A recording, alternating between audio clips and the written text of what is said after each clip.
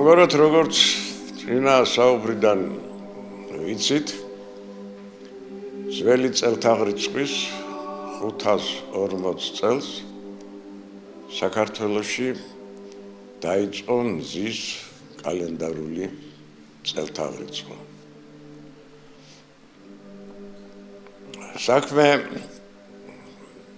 ის არის, რომ ეს იყო კაცობრიობის წარსულის პირველი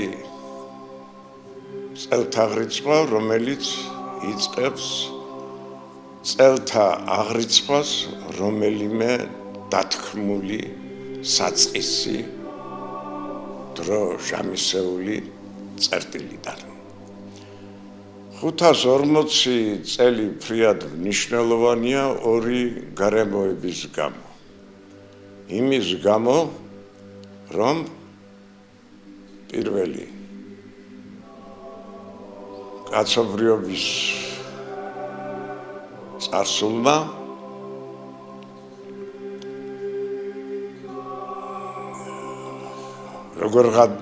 როგორღაც დაამთავრა მთვარის კალენდარული დროის აღრიცხვა და მზის კალენდარულ წელიწადის აღრიცხვაზე გადავიდა. მეორე მნიშვნელოვანი, ასე ვთქვათ, საწყისი თარიღი 540 წლისა ის არის, რომ ეს ამ დროს, ესე იგი 540 წელი არის აღმოსავლური, ანუ წინააზიური ცივილიზაციის არსებობის უკანასკნელი წელი. საქმე ის არის, რომ მთელ წინა აზიაში ბაბილონური ცივილიზაცია, ბაბილონური წელთაღრიცხვა მოქმედებდა, მთვარის კალენდარული წელთაღრიცხვა და 529 წელს წინა აზიის აკვანი დაეცა. 529 წელს სპარსელებმა აიღეს წინა აზიის უძველესი აკვანი ბაბილონი და ამდენად ბაბილონური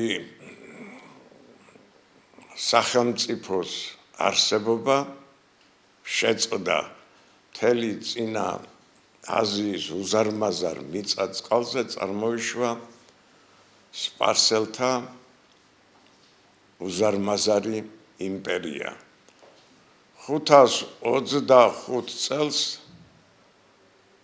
სპარსელებმა ეგვიპტეც დაიმორჩილეს და ამდენად დასავლურ ცივილიზაციას, ეგვიპტურ ცივილიზაციას და აღმოსავლურ ბაბილონურ ცივილიზაციას ბოლო მოეღო.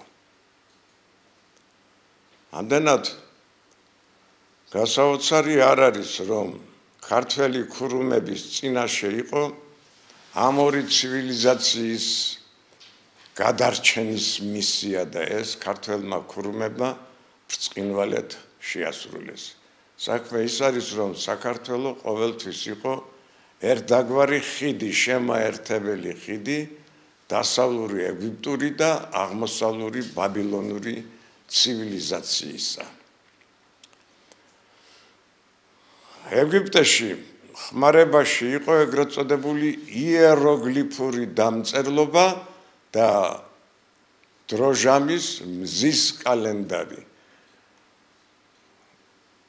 ხოლო აღმოსავლეთში, წინა აზიაში გავრცელებული იყო ბაბილონური ლურსმული დამწერლობა და მთვარის კალენდარი. ესე იგი, ერთდაგვარად უნდა მომხდარიყო ამ ორი ცივილიზაციის სინთეზი და აი ეს სინთეზი სწორედ ქართველმა ქურუმებმა შეასრულეს. საქმე ის არის, რომ ბაბილონური დამწერლობა, ეგრეთ წოდებული იეროგლიფური დამწერლობა, იეროგლიფურმა დამწერლობამ სხვა ქვეყნებში გავრცელება ვერ ჰპოვა. იეროგლიფური ეგვიპტური დამწერლობა იშვა ეგვიპტეში, განვითარდა ეგვიპტეში და მოკვდა ეგვიპტეში. რაც შეეხება ბაბილონურ ლურსმულ დამწერლობას, იგი თიხის ფირფიტებზე სრულდებოდა და მთელ წინა აზიაში იყო გავრცელებული. მაგრამ დადგა ისეთი ეპოქა, როდესაც რაღაცა გზა უნდა ეპოვა კაცობრიობას და რაღაც ერთიანი დამწერლობა, სინთეზური დამწერლობა შექმნილიყო. და აი სწორედ საქმე ის არის, რომ ჩვენ ვიცით არსებობდა წინა აზიაში ეგრეთ წოდებული სემური ამბანური დამწერლობა, არსებობდა ამ დამწერლობის სემური გრაფიკა, არსებობდა ამბანური დამწერლობის ეგვიპტური იეროგლიფური გრაფიკა და არსებობდა სემური ამბანური დამწერლობის ლურსმული გრაფიკა.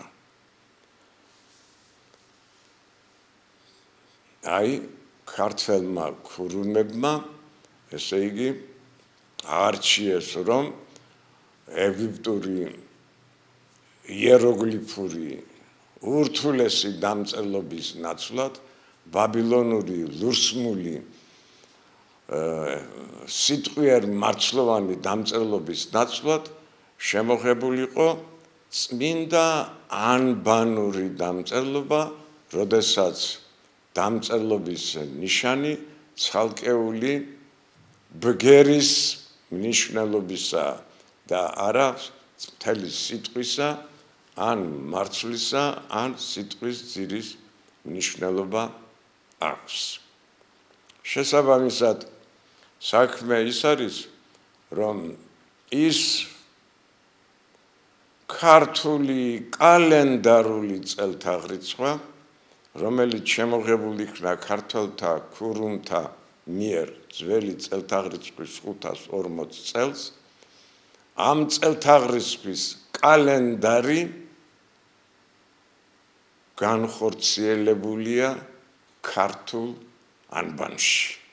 ესე იგი, ის კალენდარი, რომელიც შემოღებული იქნა ძველი წელთაღრიცხვის მე-6 საუკუნეში, ძველი წელთაღრიცხვის მე-5 საუკუნეში ეს მზისა და მთვარის კალენდარი, ანუ ეგვიპტური მზის კალენდრისა და ბაბილონური მთვარის კალენდრის ერთდაგვარი სინთეზი განხორციელებულია ქართულ ანბანში. შესაბამისად, ქართული ანბანი ერთ-ერთი უძველესი ანბანური დამწერლობა და რა კი ამ ანბანში დამარხულია მზისა და მთვარის კალენდარი, ანუ ერთდაგვარი მოცემულია სინთეზი ეგვიპტური მზის კალენდრისა და ბაბილონური მთვარის კალენდრისა, ამ თვალსაზრისით ქართული ანბანის შემოღება ეპოქალური ნიშნულობის რამ არის. ჩვენმა ქართულმა ანბანმა სწორედ ეს ქართული მზისა და მთვარის კალენდარი შემოგვინახა და მართალია ქებაი და დიდებაი ქართულისა ენისაის შემქმნელი მე-4 საუკუნის ქართველი მოღვაწე, მისი ვინაობა არ ვიცით, რომელიც ამბობს, რომ ყოველი საიდუმლოი ამას ენასა შინა დამარხულ არსს. ქართველი ენას ამბობს და დამწერლობას გულისხმობს. ეს მიღებული წესი იყო, რადგან მხოლოდ ქართველებს გვაქვს საკუთარი ანბანი. არც ერთ სხვა ერს საკუთარი ანბანი არ შეუქმნია. რადგანაც ანბანი თავისთავად არის არა მარტო ენის გადმოცემის უმარტივესი საშუალება, არამედ ანბანი ამავე დროს არის კალენდარული სისტემა. კერძოდ კი ბაბილონური მთვარის კალენდარული სისტემა, მართალია ეს სისტემა ქართულ ანბანში სრულყოფილია და ეგვიპტური მზის კალენდარი აგრეთვე ქართულ ანბანში სრულყოფილია. ამდენად წელთაღრიცხვის დაწყებას საყოველთაო მნიშვნელობა უნდა ჰქონოდა. დასრულდა ესე იგი ეგვიპტური მზის მოძრავი წელიწადის ეპოქა, დასრულდა ბაბილონური მთვარის კალენდარული აღრიცხვა დრო ჟამისა და დაიწყო სინთეზური ათვლა დრო ჟამისა, როგორც მზით, ასევე მთვარით. საქმე ის არის, რომ ბაბილონური მზის კალენდარი სრულყოფილი არ იყო, იმიტომ რომ წელიწადში 365 დღეს ანგარიშობდნენ. ესე იგი, წელთაღრიცხვის რაში მდგომარეობს, რომ უზუსტესად ვიცოდეთ წელიწადის ხანგრძლივობა. აი ეს საკითხი ეგვიპტურმა ცივილიზაციამ ვერ გადაჭრა, რადგანაც წელიწადის ზუსტი ხანგრძლივობის ცოდნა ეგვიპტეში როგორც ჩანს არ არსებობდა. ასევე იყო ბაბილონში. ბაბილონელი დრო ჟამს თვარით ანგარიშობდნენ და ეს სრულიად ესე იგი მოუხერხებელი იყო. რა არის წელიწადის არსი? წელიწადის არსია დედამიწის ერთი შემოbrunება მზის გარშემო. ხოლო ამ დრო ჟამს ჩვენ ვითვლით დედამიწის ერთი ბრუნვის მეშვეობით თავისი ღერძის გარშემო.